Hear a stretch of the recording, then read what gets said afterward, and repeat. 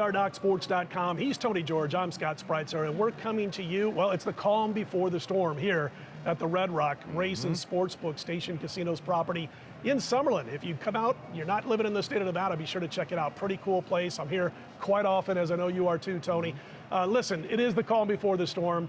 I want to tell you about something that's really cool and unique to DocSports.com before we jump into opening round games and our thoughts on the championship, the whole shebang. You mean besides me and you being cool Besides us being cool and unique. And I got to say that, I've been called a lot worse than cool and unique. And, thank you, Tony, by the way. Recently. Yeah, 5 minutes before this. There you go. But anyway, I wanted to mention real quickly that we've got that $60 free account. It is unique to DocSports.com. If you're not yet a member and want to just give it a trial run, you click on that link below the video, you get yourself set up for the free $60 account.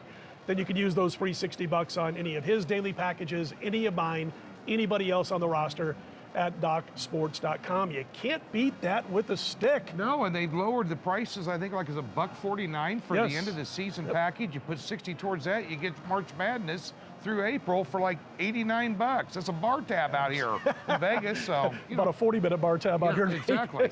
But I'll tell you what, man, let's jump into the games, Tony. And I do want to get your thoughts. We'll talk a little bit more about who we think is going to win the whole ball of wax at the end of this video. But I wanted to first start with one of our kind of home state teams. For me, it's a hometown team. For you, it's not too far from where you grew up. That would be the Creighton Blue Jays. They're taking on San Diego State. Now, just about every book has San Diego State laying 2.5, total 120. They're 120 here at the Red Rock, but they're 2. So if you want San Diego State, you gotta know where to shop.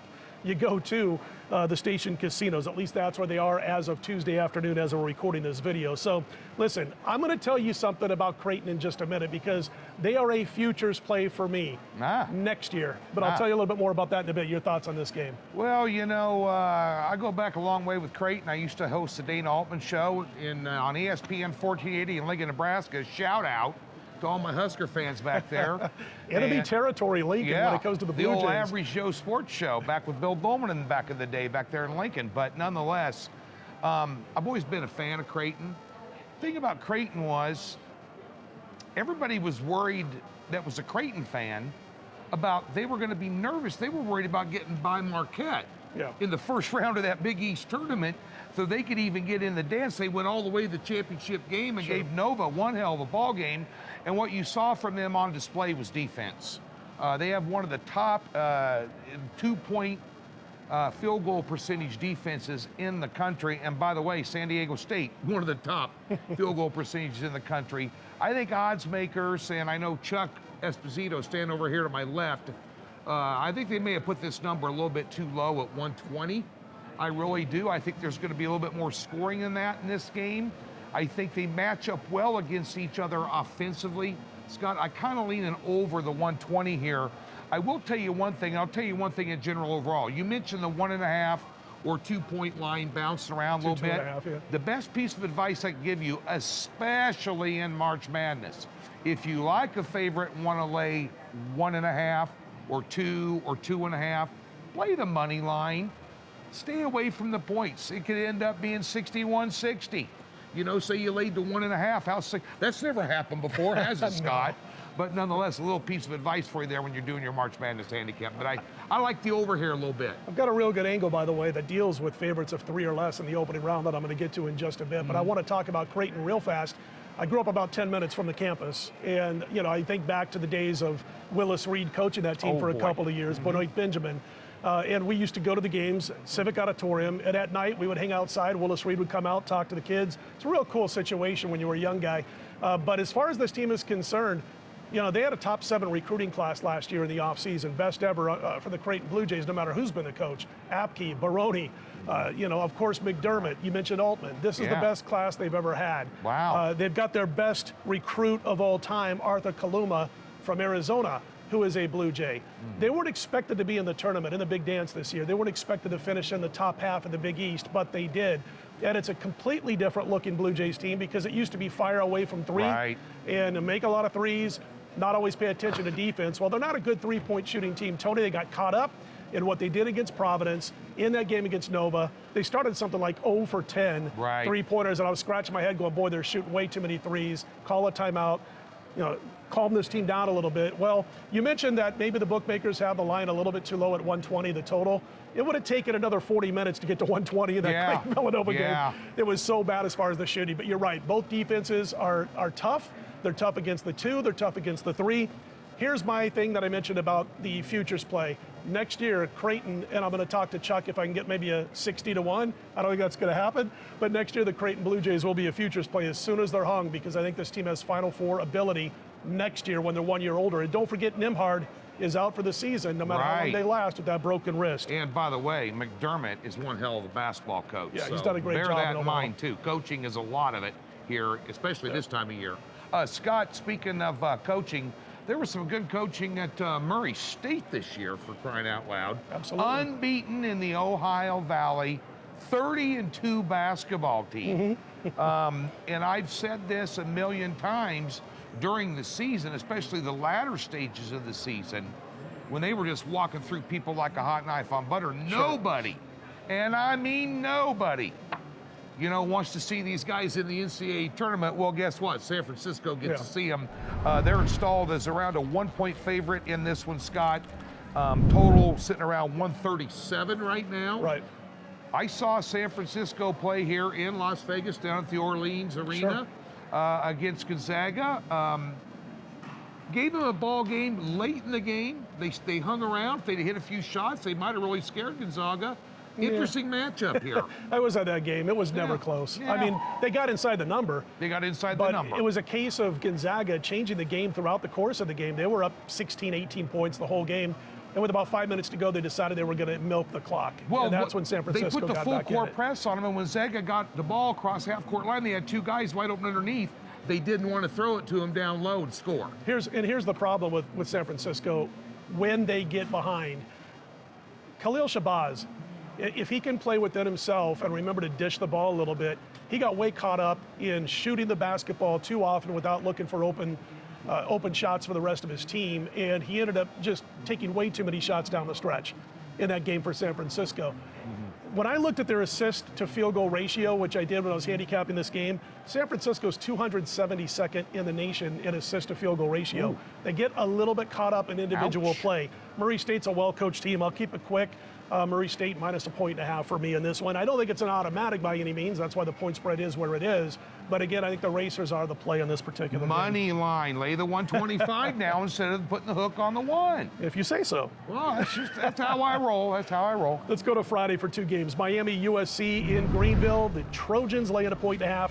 Total 139.5. Rightly so, the Pac-12 only got 3 teams, and that's all they deserved. Oregon fell flat on their butts this year under Dana Altman, which was crazy. I don't know what was wrong with that basketball team. But here's the thing. You look at the Canes, which seemed to be a sweetheart of a lot of people in this opening round to knock off USC, 269th defending the 3. How about 324th defending the 2? That's going to be tough to overcome if USC's on their game, Tony. 2-word pick, over 139.5. For the very reason you just said. Not only that reason, but Miami is number 2 in the ACC in offensive efficiency, rated at Ken Palm. And by the way, USC, number 3 in the Pac-12 in offensive efficiency, and they can't defend jack crap. What was the saying I like to use in football videos? Can't stop grandma with the shopping cart at Costco? I got to differ with you here. The Trojans are 2nd in the nation against the 2. Now, how is that not being able to defend jack crap? Pac-12. Trust me. Okay. I like the over in this game. I think this is going to be a very good basketball game, actually. Yeah. And I do like the over. I think there's going to be a lot of points. I see both teams in the 70s here, Scott. That's my pick in this one here. Here is another team, and I covered the Mo Valley about as well as anybody this year. You know I'm a big Mo Valley guy. Sure. Even though Creighton and Wichita State left. Oh, boo-hoo. But they probably wish they were back, actually. But Wichita for sure. But nonetheless, Loyola Chicago, the Ramblers, again, of course, made a big run a couple of years ago. Sure. That coach is at Oklahoma now. And, of course, they're taking on Ohio State. And to the surprise of many, Scott, Loyola right now, I just checked the board here, Red Rock, -1 here, total 132.5. Mo Valley versus Big Ten. Big Ten ranked in many people's eyes, 2nd strongest conference in the country, maybe 3rd here. You find this a little surprising? Well, Loyola's got the reputation after having been here under Porter Moser, a former Creighton player, by the way, who's again now at Oklahoma. But, when I look at this, I'm thinking, yeah, they can beat Ohio State. They're top 20 in 2-point and 3-point shooting. They're going to get up and down the floor. They're going to take care of things. The only weakness you can really find when it comes to Loyola Chicago, when you're looking for reasons not to play them, is offensive rebounding. But when you're making all your shots, there's not a whole lot of chances to grab the offensive board. So it's a little bit of a, I guess, a mistake to say that they don't go after the boards and grab them as much as some other teams. If Ohio State plays their game, they win this game. The problem is, again, that this Loyola team is quite capable of putting together a real heck of a run because of the way they shoot the ball, whether it's behind the three-point line or inside the three-point line, and they'll give Ohio State all they can handle. And how do you feel, because along with a couple other tournaments, the Missouri Valley Tournament, Arch Madness down in St. Louis Enterprise Center, is one of the earliest conference tournaments there is. So they've pretty much had an added week of prep and rest going in. How do you feel about teams with a longer layoff coming into March Madness? Well-coached teams with good players, which was Wichita State all the time. The Shockers were in the Mo Valley. They were able to go deep in the tournament, Sweet 16s, things of that nature, and I thought it had something to do also with the fact they got to rest up a little bit before the dance, and we'll see if Loyola can do it. I know they got the players, they've got the talent, the ability to do so. They're well-coached, so I would not be shocked if they win this game. Who would, right? It's pick 'em for the most part. Got to tell you about this angle because we've been talking about some short favorites. Now, this doesn't mean this is going to last this year, but I got this from VSiN. They sent over the newsletter, and 9 teams this year fit this, so it's a little bit more than normal for an opening round. First round favorites of 3 points or less, 33, 57, and 4 against the spread going back to 2009. Just wanted to throw that out there for you, make it a little bit tougher when you want to lay those 3 points or less if you're looking at short favorites. Money line. So there you go. Anyway, real quick before we get to our next guest, so to speak, which would be Chuck Esposito. That's right. Got to ask you real quickly, your Final Four, and I'll let you think about it for a minute because I'm going to give you mine. Gonzaga coming out of the West, getting past Texas Tech in the Elite Eight.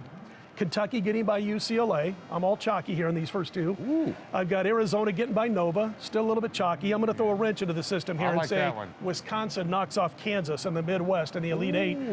We've got Gonzaga, we've got Arizona. I got a future on Arizona around 10-1. About 6 weeks ago, I was talking about it here on air, but I think this is Gonzaga's season. If you watch the Gonzaga Bulldogs and see them in person, especially like Tony and I both did a couple weeks ago here in Vegas, it's like watching the Spurs junior varsity when the Spurs were at the top of the NBA.